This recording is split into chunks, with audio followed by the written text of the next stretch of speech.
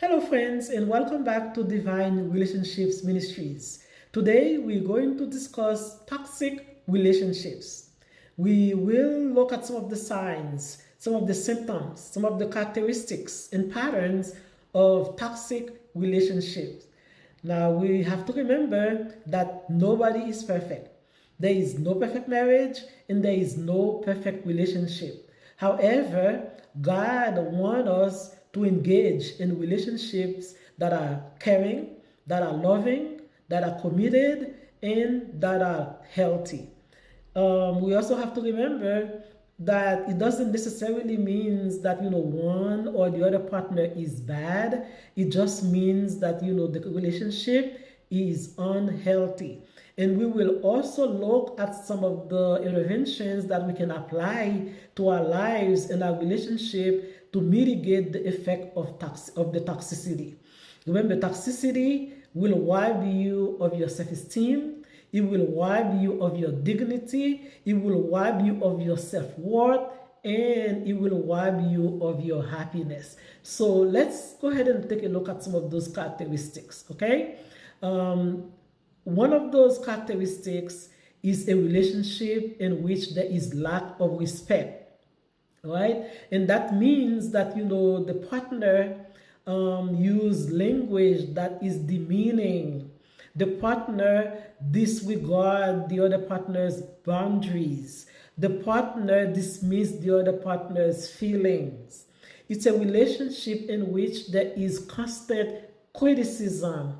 Your partner constantly put you down. They constantly make you feel bad about yourself. They constantly belittle you and make you doubt your own ability and your own self-worth.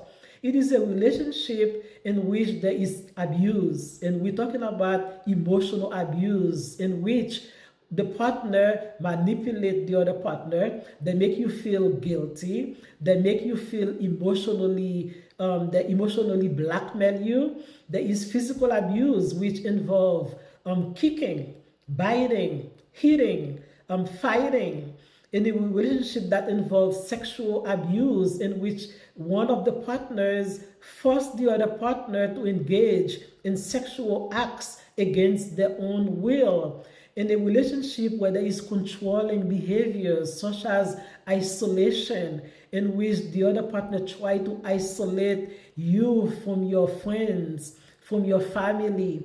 They try to control who you see, where you go, what to do. Right?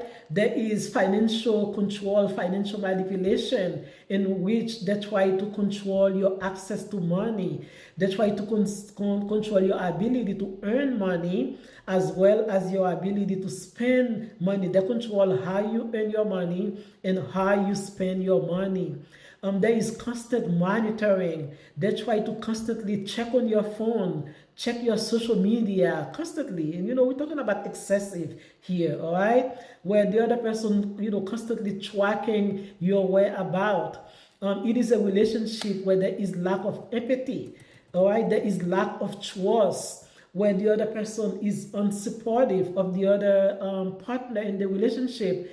One of the partners or both doesn't celebrate your success. They don't encourage you, all right? When you achieve something, there's jealousy between the other partner. There is competition with each other, all right? There is excessive jealousy, all right, where one of the person become overly possessive or overly jealous.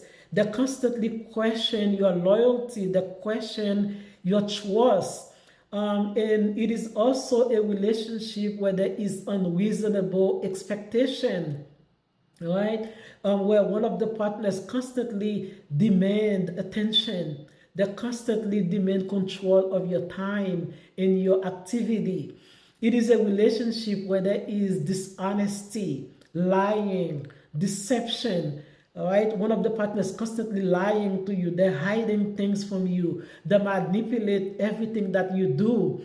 It is a relationship in which there is gaslighting, and gaslighting means they try to make you question your own sanity. You know, like they try to make you pretend like you didn't see what you saw, you didn't hear what you hear, or you didn't feel, what you actually feeling. They make you doubt yourself. All right. It is a relationship in which there is constant conflict. And I'm talking about, you constantly arguing with each other. You constantly fighting.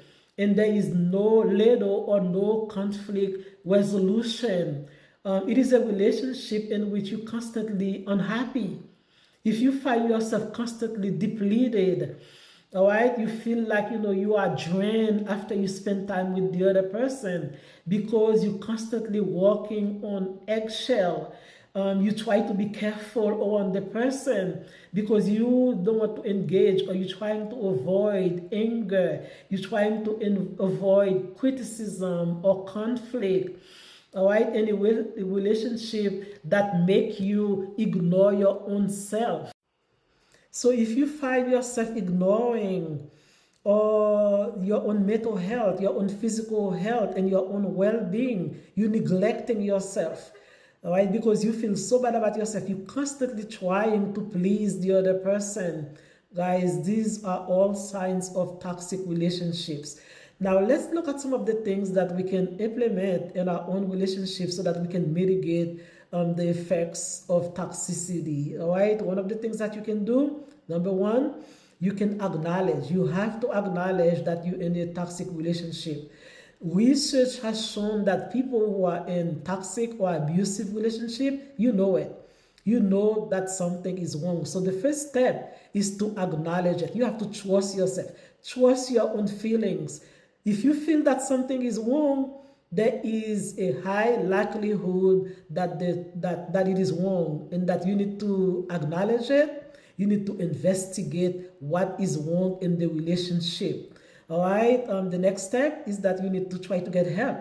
You may seek help from somebody that people that trusted friends, trusted family. You cannot trust everybody because there are some people that you tell your business, you might as well, take a microphone and tell the whole world, and they will, not keep your confidence. So you need to find, people that you trust, friends, family, members of your church, community, that you can seek help from. Professional help is also important. You have pastors, spiritual leaders, that may be able to help you, not only to identify the problem, but also to try to solve the problem. All right. The other thing is that you have to prioritize yourself, guys. Prioritize your own well-being. Focus on your own needs. Take steps to improve your own mental and emotional health. You have to know when you have to say no. There are times that you have to say no. Enough is enough. Okay. Now, I'm not a person that ever gonna tell anybody to leave. If you're in a marriage, I'm not gonna tell anybody to leave the marriage. All right, this is a decision that everybody have to make for themselves. You have to make the decision for yourself. However, if you're somebody who is not in a marriage, who's just in a relationship, who's dating, or who is seeing somebody, and you're noticing some of the signs, especially if there's abuse, especially if there's physical abuse, there's emotional abuse, there's sexual abuse, there's financial abuse, guys, these are red flags that you need to run as fast as you can from these type of relationships, because research have shown that this type of toxicity, if you don't get help, if you don't implement measures, they only get worse with time. So you need to get help. You need to prioritize yourself, prioritize your mental health, and don't forget, and I will never say in any post that I'm doing, the best friend, the one person that you can always trust, the one person that will never tell your business, to the whole world, to other people, is Jesus. All right. You have to find time to invest in your own spiritual well-being, in your own spiritual health. Okay. Take your problems to Jesus. He is the one that will always be there for you, and that will always help you. So I hope that you have a wonderful day. My time is off. May God bless you and have a wonderful time. Bye-bye.